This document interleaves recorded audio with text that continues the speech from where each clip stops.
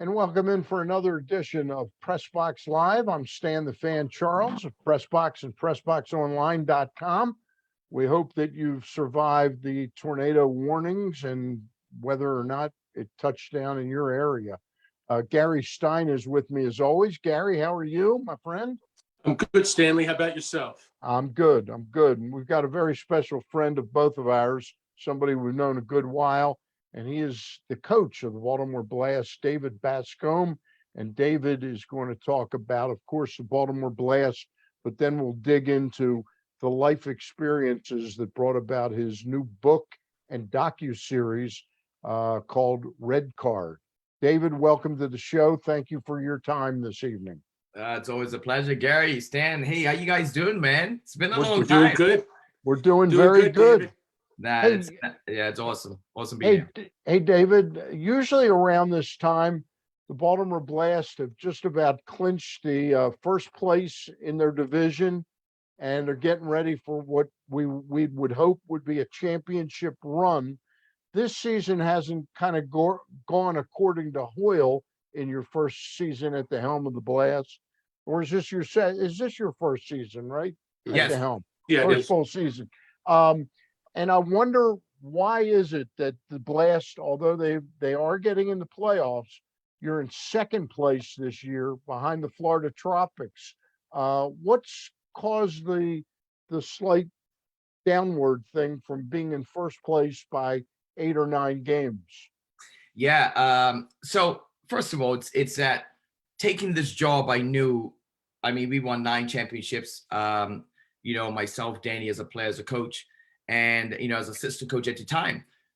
What I found is that there comes a time when it's kind of like it's exhausted, right? 4 years ago, we saw this change, this shift. The game was starting to not so much look different, but our players was now getting older, getting mature, right? And we saw it even around the league, right? It's players were going into other careers. So 4 years ago, it was that have to make a change, have to make some shifts here, right? To build sustainability. So that's the first thing that had to happen, is that I had to pull my spin on it. I wanted to change the culture. I wanted to shift the climate. And think of this, having to have players, the whole franchise, to have a buy-in. Making change comes with time. There's a timeline. We only have 24 games. I ran this season based on every 6 games. Every 6 games was my focus. My first 6 was focusing on a certain part of the game. The second 6 was a certain part. By game number 18, my focus was that if I got some buy-in, I can get 80% of my players getting used to this climate and culture shifting, being able to manage accountability. So that came taking some more hits, right? You're going to take some hits. I did not want to, if I did not change, I probably wouldn't be here, right? If I couldn't make that, and change was needed, shifting was needed, so going into some games, I know where I'm supposed to be at, and yes, we want to win every game, but then let's not downplay the other teams, right? You got Florida, who's picked some exceptional players, Utica, good team, San Diego, we got some good teams. And what I've been able to do was keep a nucleus of my players, so they can experience and help me grow the younger man coming in. We're talking with David Bascome, the head coach of the Baltimore Blast. Go ahead, Gary. Go ahead. David, I was just going to chime in. You say that kind of the shift kind of occurred 4 or 5 years ago. It was also about 4 or 5 years ago, maybe even a little longer, actually, that the Blast changed playing arenas. They went from the Civic Center, actually the arena downtown, one of the largest, longest fields in the league, to now the Towson Center CQ Arena, which is arguably the smallest field in the league, the shortest field. And I wonder, just take me back a little bit, and I'm sure you've adjusted, right? But take me back a little bit on the difference of play and the difference of philosophy that you have to be successful on a short field as opposed to a long field. Yeah, so the bigger fields that we was playing in, let's say the Farm, the Farm Arena, your Royal Farm Arena, Much bigger field, it means it's more space. It means that you can be exposed to more executions, but you all got the ability, right, to make error, right? You can clean it up a little bit, okay? So what happened is that the players, younger players, had a better chance or a better, like a chance to adjust. You can throw the younger players in the game because it's going to be a little bit more forgiving. The smaller field, once we shifted into a smaller field, speed of play had to be sharper. The mindset of knowing that you are going to make mistakes, right?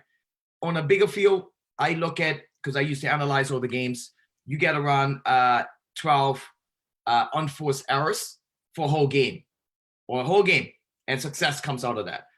On a smaller field, you can actually get 12 in a quarter. Right? That's right. It's just so think about that shifting of a mindset.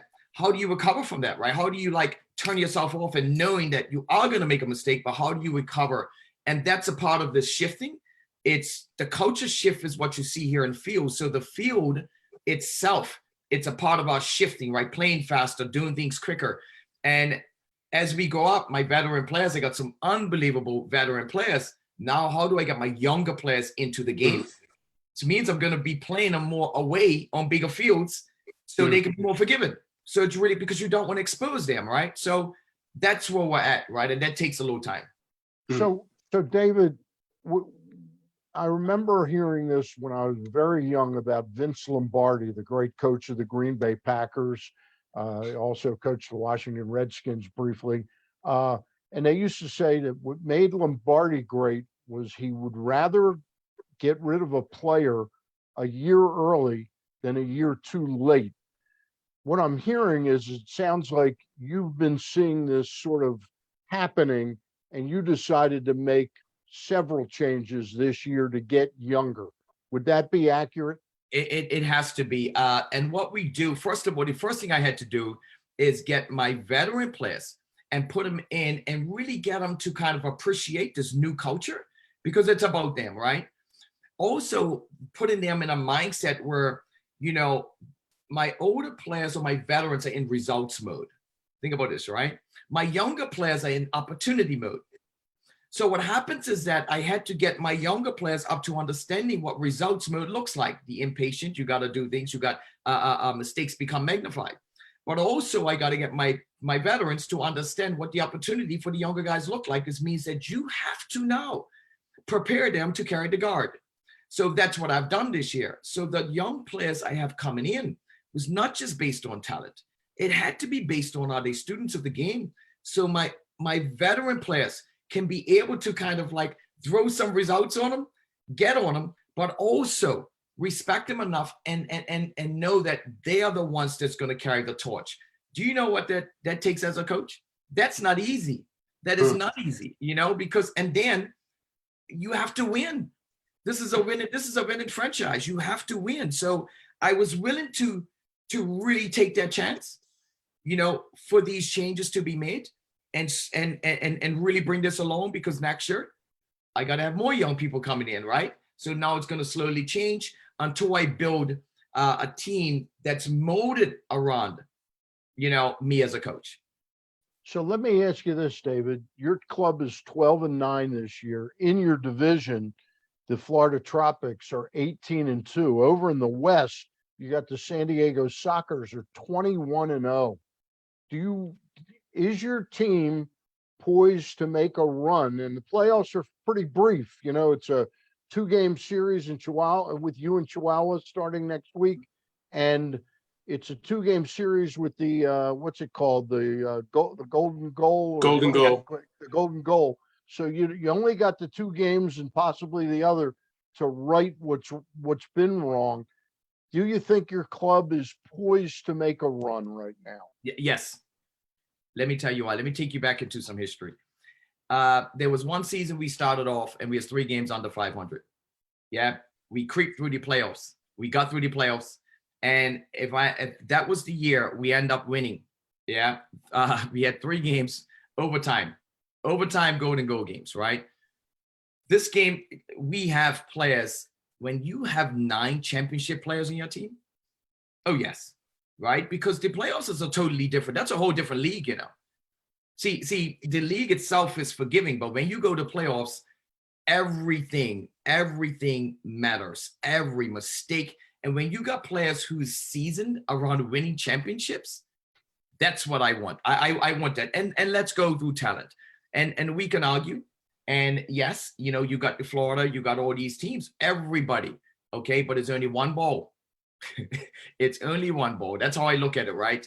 The field you're playing on is the same field. We cook with the same water. It's a matter of that the team that limits their mistakes and cleans up, you know, and cleans up the mistakes and able to execute.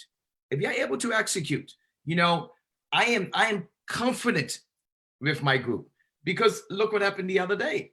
Everybody's like, oh, how the Blast? We lose against Florida, but we go beat them 12-4. This game is crazy, right? This game is a really crazy game. I mean, look at Chihuahua. Chihuahua's won the last 14 games that started off slow. So at the end of the day, when as a coach, I would battle another coach any day with this group. It comes down to the personnel, right? The players getting on the field and being able to stamp the authority and play with some conviction. Just a quick follow-up before I turn it over to Gary. You've got this game this Sunday, means nothing in the standings. You go down to play Florida, the Florida Tropics. But I have a feeling the playoffs start for David Bascome. They start this Sunday. That be accurate? Yeah, these playoffs started 6 games ago, Stan. 6 games. After my 18th game, my next 6 was preparing for playoffs, getting in playoffs, systematic structure, cleaning up. And now this game Sunday, oh yes, it is, because it's preparation, right? Yeah. No, we're playing on a bigger field, and our games, both Chihuahua, now Mexico, has a field that's a slight smaller than us. So this is going to be a battle you know, next week, Friday at home, when we play, you know, Chihuahua. But yes, this game for me, yes, it may not mean nothing in the standings, but this is a playoff game. Yeah. David, I could be wrong about this, but the season I think you were talking about with the golden goal, that was the 05-06 season when Michelle Millwood scored a couple of golden goals against Milwaukee and St. Louis. Some of the greatest moments I've ever seen. But what I want to do before we get into the book and the docuseries, which is tremendous, by the way, riveting, and we'll talk about it. I want to just talk a little bit about the sport of arena soccer and where it is. Basically, for Baltimore now, I think the first season was 79-80, so we're going on 43 years. And David, you've played in the NPSL, a couple of different versions of the MISL, and now the MASL, the Major Arena Soccer League. And I just wonder, from your perspective, after being in the game for pretty much half your life, if not more, where is arena soccer today? What is good about the MASL that is different than before? And what do you think the future is? Yeah, I am excited. And when it comes to when we have these conversations about the league, I'm very excited. I told the players, I'm so happy for them, from where I see. You see some now stability forming inside the league, just with even, you know, the support with the leaders, you know, from Shep Messing, you know, Shep being in the league, you know, JP being in the league. But what I found is that in watching is the language has changed. I think with the getting games, you know, through, you know, Twitch now, you know, just coming off the YouTube now through Twitch, it's starting to really, just from even last year, I sense a presence of growth, right? But not only that, and growing very fast. When it was the NPSL, it sustained a little bit. Yes, we had the ESPN, we was jumping on different low, but it wasn't sustained enough. Teams were coming in and out. What I'm looking at and what I'm seeing now being really at the forefront with Ed and getting to really, this is like, I'm really excited. I mean, look at it. We never had, since what year? I mean, we're having a pro combine. We're having a professional combine. I'm not talking about just play.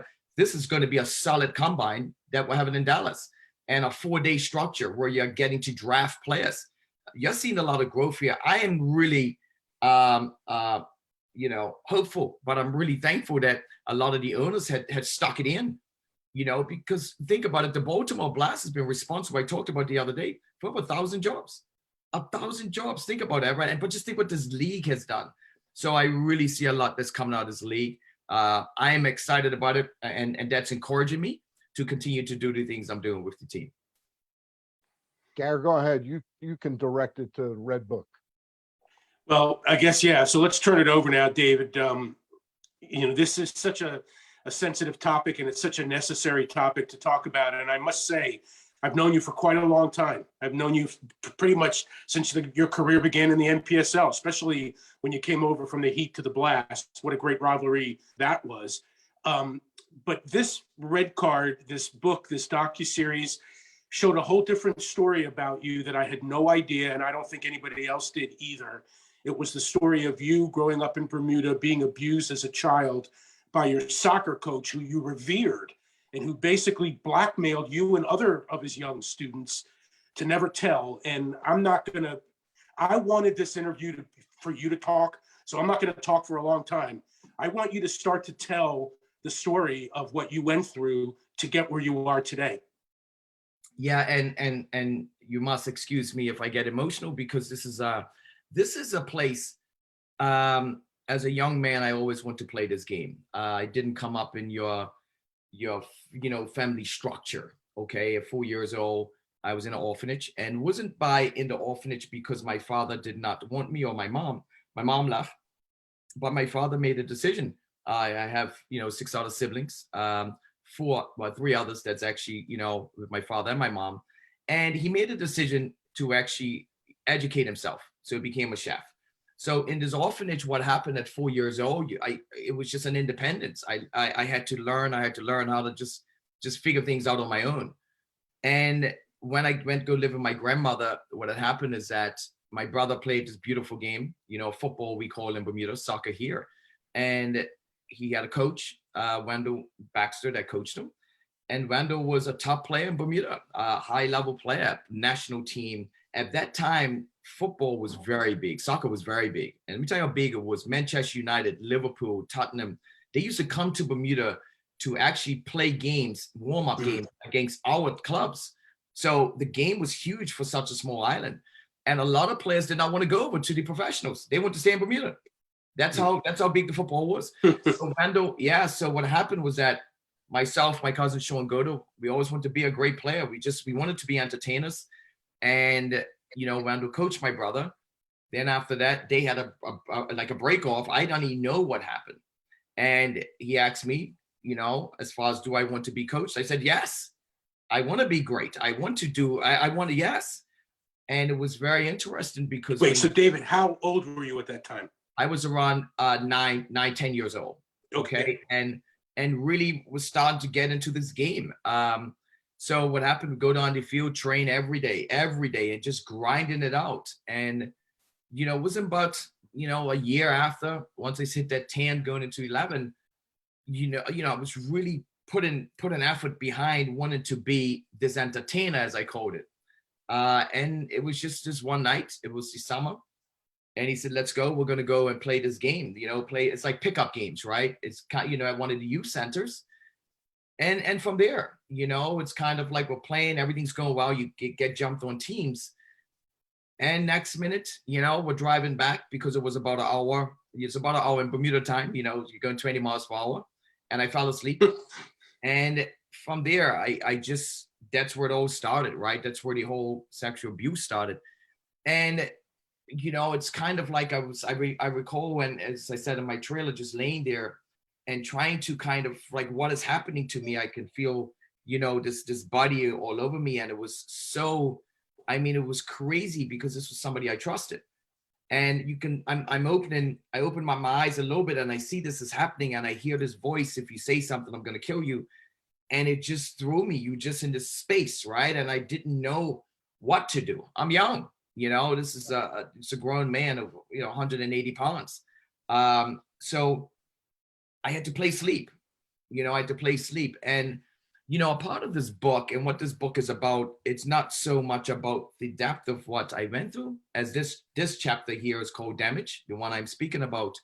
But it's really about what it's like playing short. And Gary and Stan, that was one of the biggest things. And coming back home, and when he dropped me off, he touched me like I had to play sleep and got up like nothing happened.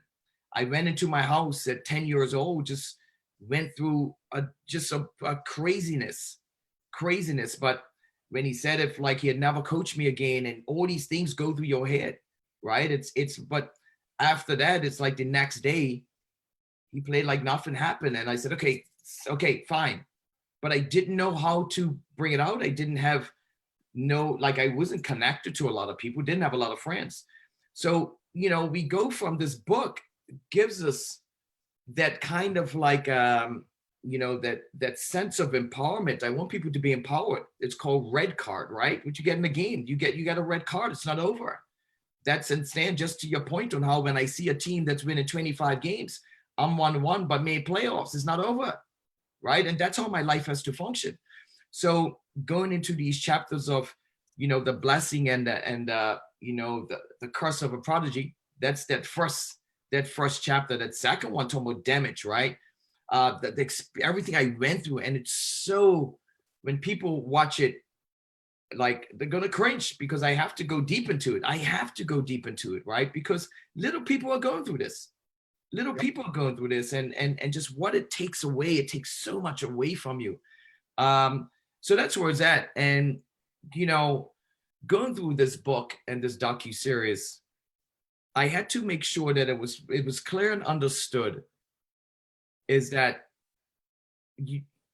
nobody knows what other people go through. I mean, I suffered so much through this journey from being in an orphanage to going through sexual abuse for 7 years. 7 years, right? It's not, I had to, and I went through an anxiety, panic attacks, and this is still what I suffer from today, the speech impediment. But you wouldn't know, but I have to train myself. This is why I use my hands, because it calms me. David, when you look back now, you mentioned your brother, and your brother trained under this same coach, and they had a falling out, and he just left. When you look back on it, was your brother the victim of the same thing that you were, but he never was? He was never able to communicate it to you, to warn you? Yes, that is correct. My family wasn't as tight. We all lived in all different areas, right? We never was at the orphanage. They was at the orphanage longer. Then they went. We all just split up into different homes. Then we came back. So it was very dysfunctional in that manner. So these experiences are so, when I talk about it and talk to even like, just people in reference, because the first thing they said, wow, I would have never known. The one thing about me is that I'm always I'm here for a reason. I told somebody I'm not, I'm a survivor. A lot of young people that's going through abuse or victims don't come out of this easy. They don't come out. I mean, I've met some people in this journey as this book's been coming out, and like I just hug them and embrace them because they're really going through some hard times. And I've been very, very fortunate. This game of soccer has saved my life. I don't know people really understand what that means. Yeah. So coaching and being able to continue to empower, everything I do with these young men has got to be about them. Hey, you no matter what happens in your life, you got to know that playing short, it's not that bad, because there's always ways, right? It's always ways. And that's what this whole book's about. David, let me jump ahead a couple of years. The abuse from about the time you were age 9 or 10, right? And then you said it lasted about 7 years, I guess, till you were about 17. And is that when you came to America, to the United States, to go to college at Anderson? Yes, that is correct. So when I went to Anderson College, Anderson which is in College North Carolina, South Carolina. South Carolina. So here's my question. Here you are, a native of Bermuda, coming to, America is I wouldn't call it it's a foreign country. It may not be a strange country because you speak English, but still. But here you are at college now with, I'll just call it a deep, dark secret, which has scarred you emotionally. You've sacrificed your self-worth so you could play soccer. The guy would coach you, right? And here you come and you're about to meet a whole new set of people who don't know you from anybody and don't know your past, and you haven't told anybody about your past. How difficult was it for you to integrate yourself, not on the soccer field, because that's where you felt alive, but outside, socially? How did you accept yourself and them together? I Great question. yeah, and that guy, I didn't. And you didn't. No, I didn't. That was the time when I got myself locked up. That was the time when I got myself in more trouble. See, what happened is that when I escaped it, I was so excited to go to college because I escaped it, right? At the Exodus, right? You escape it all. And then I'm realizing that, wow, I got this other big, like this Goliath right in front of me. I have to slay this, right? But with no tools. No tools on how to communicate, no tools on how to function. I know how to function. I just knew how to play this game, beautiful game of soccer. So when November came around and the game's over, my only communication was through the game. You know, I was slim, speech impediment, anxiety attacks, hypoglycemia. I was going through everything, and oh no, there was no communicating with anybody. So what happened? I turned the other direction. I got in trouble. I ended up being locked up.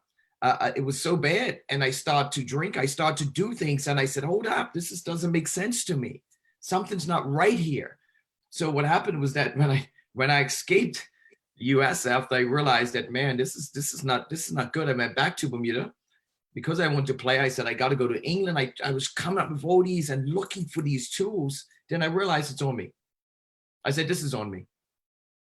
I have to fix this. I have to find ways." So I kept educating myself through culture-related learning, watching things and learning.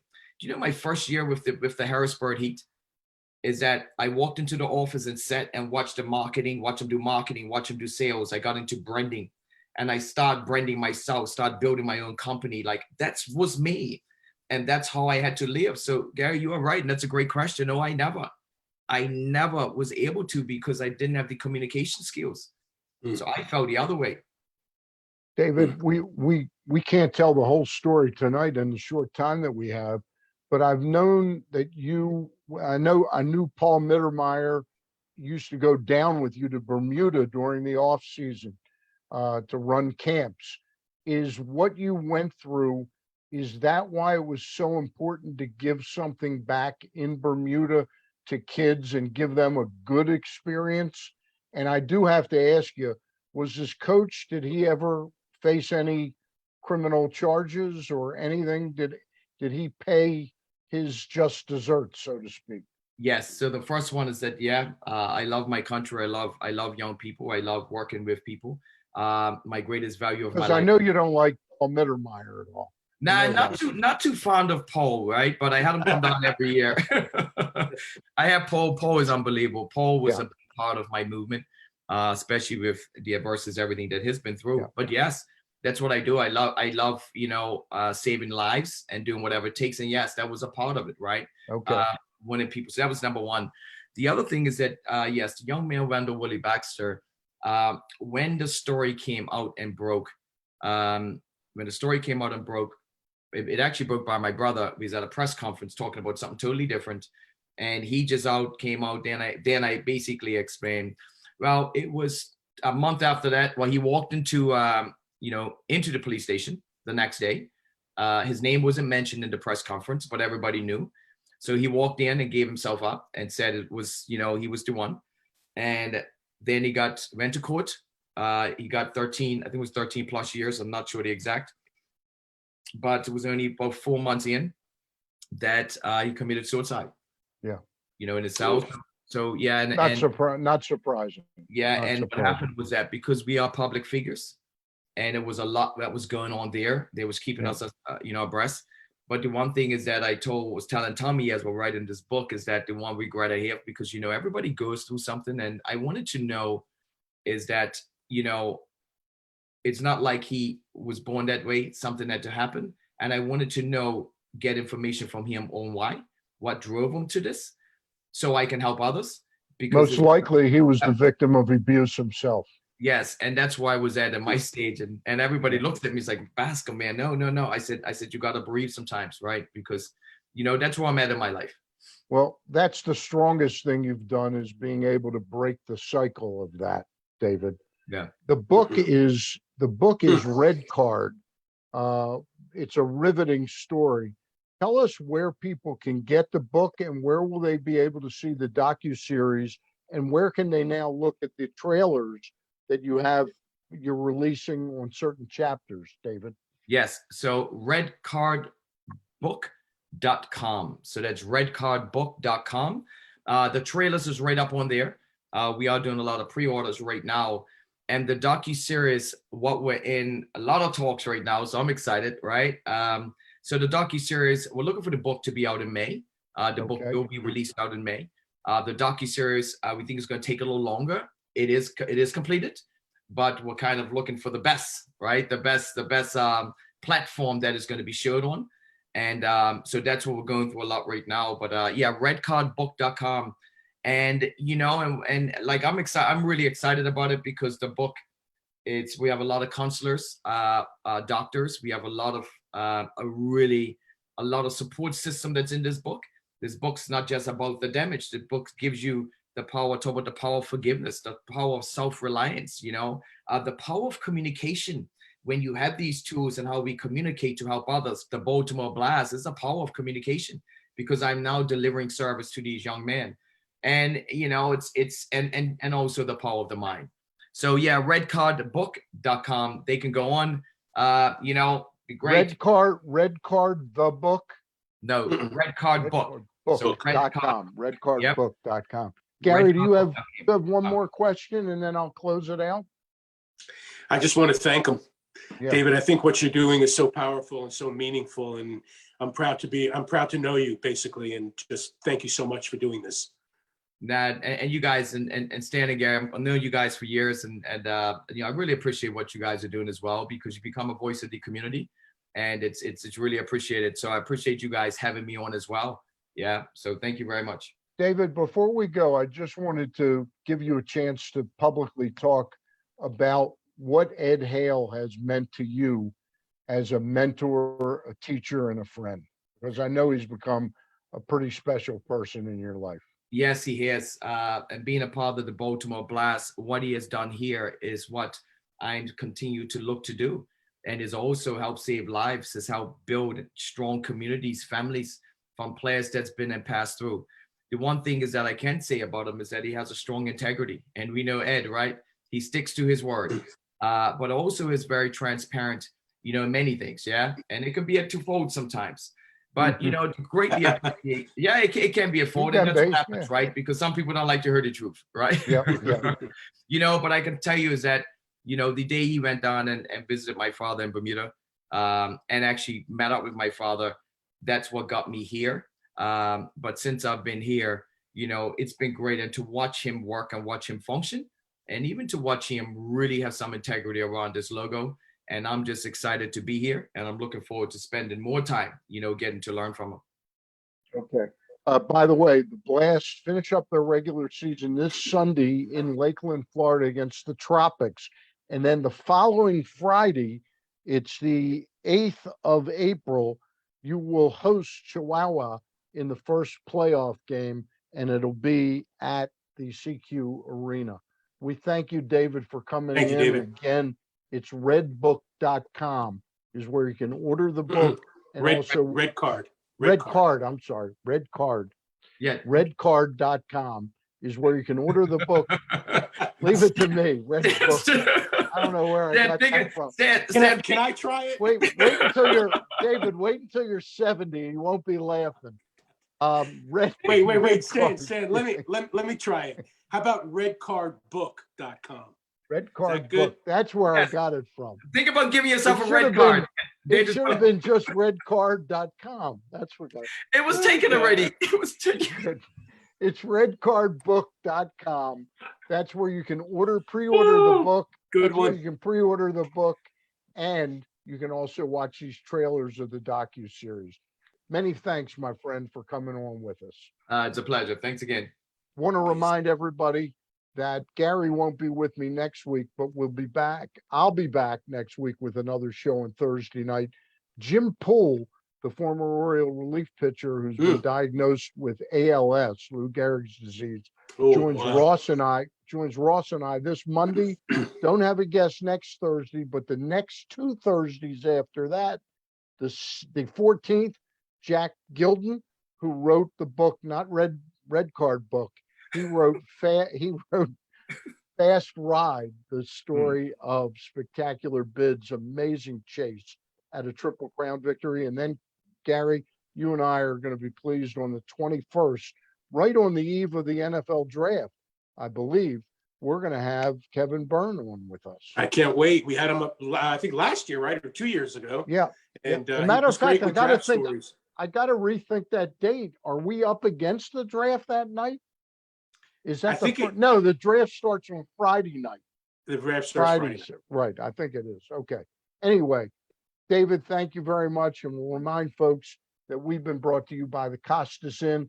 Everybody in Baltimore knows the Costas Inn is a great place to go out and eat, but it's also a great place to take out and carry out. The Costas Inn, 4100 North Point Boulevard, phone number 410-477-1975. For David Bascome and Gary Stein, I'm the schnook that got the thing screwed up with the book. It's redcardbook.com. Good night, everybody. Good night. See you guys. All right. Bye.